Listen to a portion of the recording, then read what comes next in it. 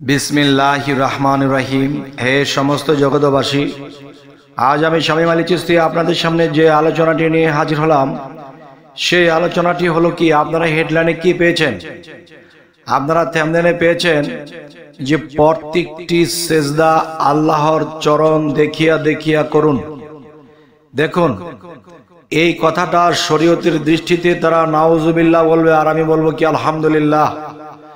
যে এখন যদি আপনারা বলেন বা আমরা যদি বলি যে মুসল্লিগণ এরকম কথা বলে থাকে, তাবলীগওয়ালা এমন কথা বলে থাকে, আল্লাহ নিরাকার, কিন্তু নিরাকার শব্দের অর্থ আকার নেই এমন কোনো কিছু নয়, নির আকার, নিরেরও আকার। তাই আমি বলবো, মানুষ যখন আল্লাহর ইবাদত করে, সেজদা করে, রুকু করে, এখন আমার কথা হলো আমরা সেজদা করব যেদিকে ফিরে, আমরা সেজদা মূলত কাকে করতেছি?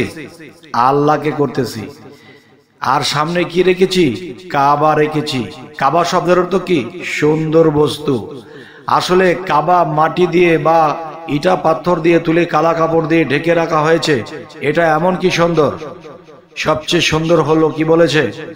আল্লাহ বলেছেন যে আমার মুমিন ব্যক্তি সুন্দর, আমি মুমিনের কালবে বসত করি। দেখেন, এই পৃথিবীতে যারা বায়াত গ্রহণ না করেছে, বায়াত গ্রহণ না করে যারা আল্লাহর ইবাদত করে, তারা নিরাকারের দেশে রয়েছে।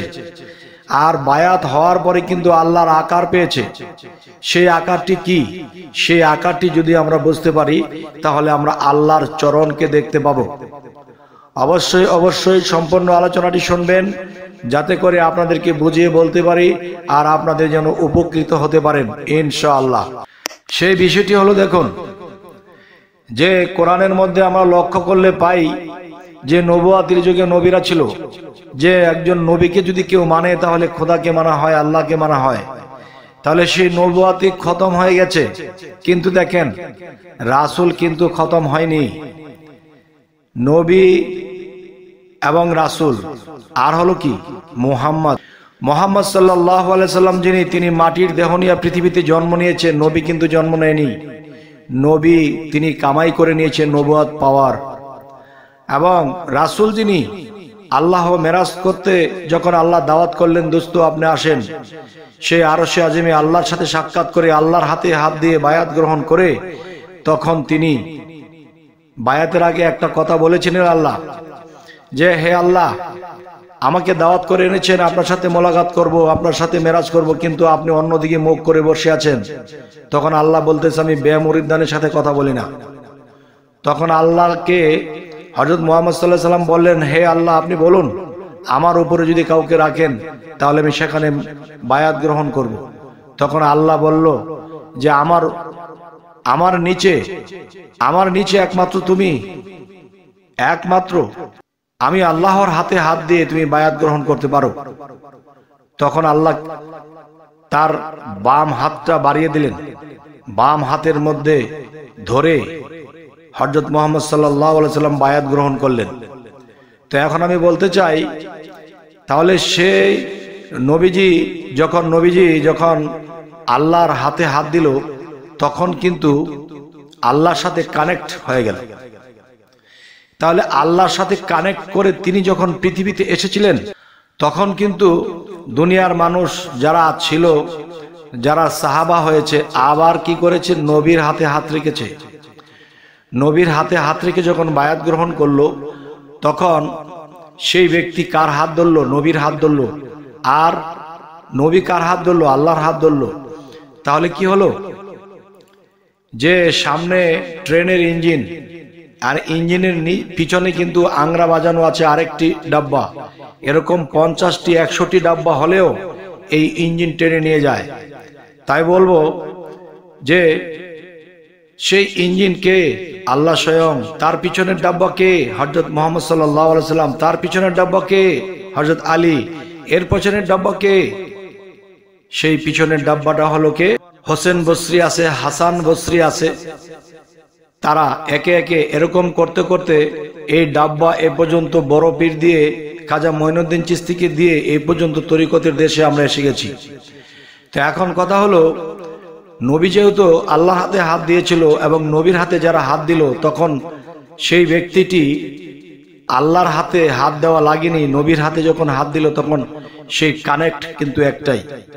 তাই আমি বলতে চাই, হে সমস্ত জগৎবাসী, যখন পৃথিবীতে আপনি, আমি বা আমরা সকলে আল্লাহর ইবাদত করব, আল্লাহকে সেজদা করব, তখন কি করতে হবে?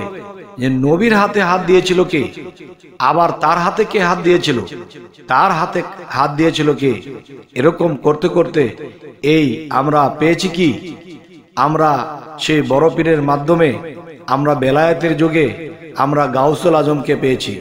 সেই গাউসুল আজমকে, গাউসুল আজম বিষয়টা আমি বলে থাকি মাঝে মাঝে, যে দেখেন যে আল্লাহ একদিন বলেছিল, হে বড় পীর, আপনি কিন্তু সেই নবীদের কাতারে দাঁড়াবেন না, কারণ আমি নবুয়ত খতম করে দিয়েছি।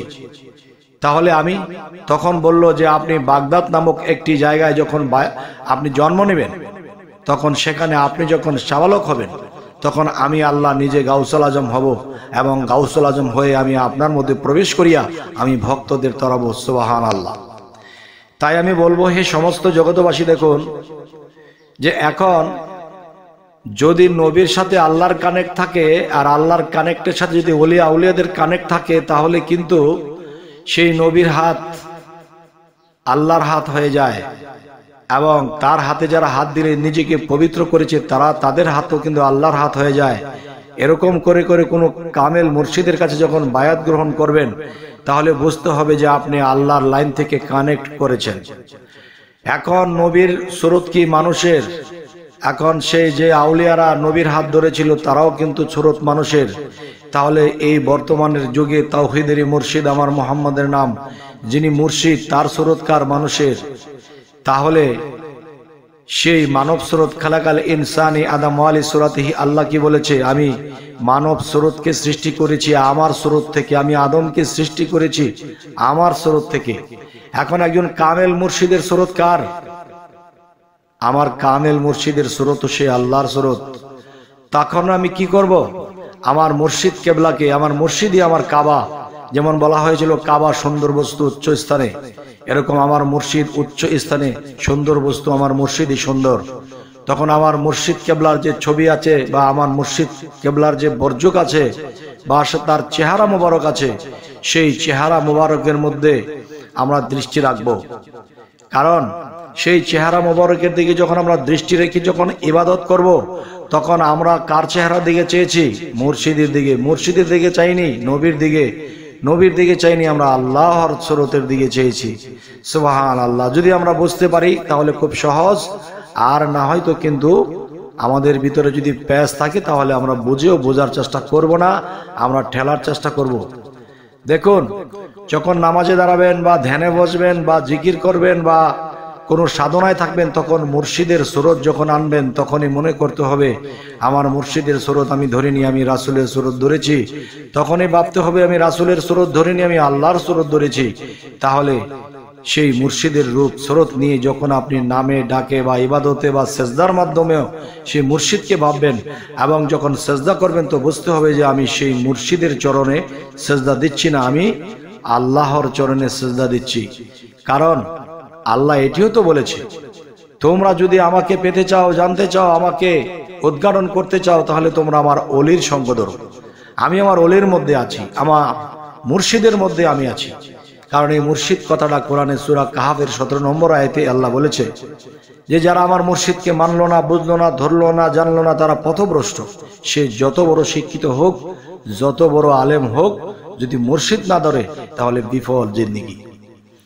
তাই আমি বলবো, হে সমস্ত জগৎবাসী, আজকের এই আলোচনাটি শেষ ফিনিশিং আমি এটি বলবো, যদি আমরা মুর্শিদ ধরা না থাকি, অবশ্যই একজন কামেল মুর্শিদ ধরতে হবে, এবং কামেল মুর্শিদের রূপ স্রোত আমাদের ধ্যানে রাখতে হবে। এবং সামনে যেন যখন ইবাদত করতে গেলে যদি সেজদা করি বা নামাজে দাঁড়াই, তখন আমার মুর্শিদ কেবলাকে সামনে রেখে সেই মুর্শিদের চরণে যখন আমি সেজদা করব, সেই মুর্শিদের চরণটাই আল্লাহর চরণ। সুবহানাল্লাহ। দেখেন, মানুষ কিন্তু একটা কথা বলে থাকে, কুদরতিভাবে আল্লাহ সামনে এসে যাবে, তখন নামাজের মধ্যে সে আল্লাহর কুদরতি চরণে সেজদা করবে। এখন সেই কুদরতি চরণ দেখতে কেমন? সেই কুদরতি চরণ তো কখনো দেখি নেই। তখন আমার মুর্শিদের চরণ দেখি আমি সেই কুদরতি চরণটাকে পেয়ে নিয়েছি, তখন চোখের মধ্যে ভাসিয়ে, তখন আল্লাহর প্রেমে পড়ে, তখন সেই কুদরতি চরণ মনে করে সেখানেই সেজদা করতে হবে যে আপনার মুর্শিদ আপনার সামনে আছে। যাই হোক, আজকের এই আলোচনাটি হলো কি, যে আমরা আল্লাহর চরণ দেখে দেখে সেজদা করব কিভাবে? মুর্শিদের চরণই রাসূল চরণ, রাসূল চরণই আল্লাহর চরণ, তিন চরণই এক চরণ। হে সমস্ত জগতবাসী, আজকে আমার এই কথাগুলোর মধ্যে যদি আপনাদের কোনো সন্দেহ বা ভুল মনে করেন, অবশ্যই আমাকে কমেন্টে জানাবেন, অবশ্যই আমাকে বলবেন যে কথাগুলো ঠিক বা বেঠিক। অবশ্যই সামনে কি ধরনের আলোচনা চাইছেন তাও জানাবেন। সকলেই ভালো থাকবেন এবং আমাদের চ্যানেলটিকে সাবস্ক্রাইব করে রাখবেন ভালো ভালো আলোচনার জন্য। আল্লাহ হাফিজ।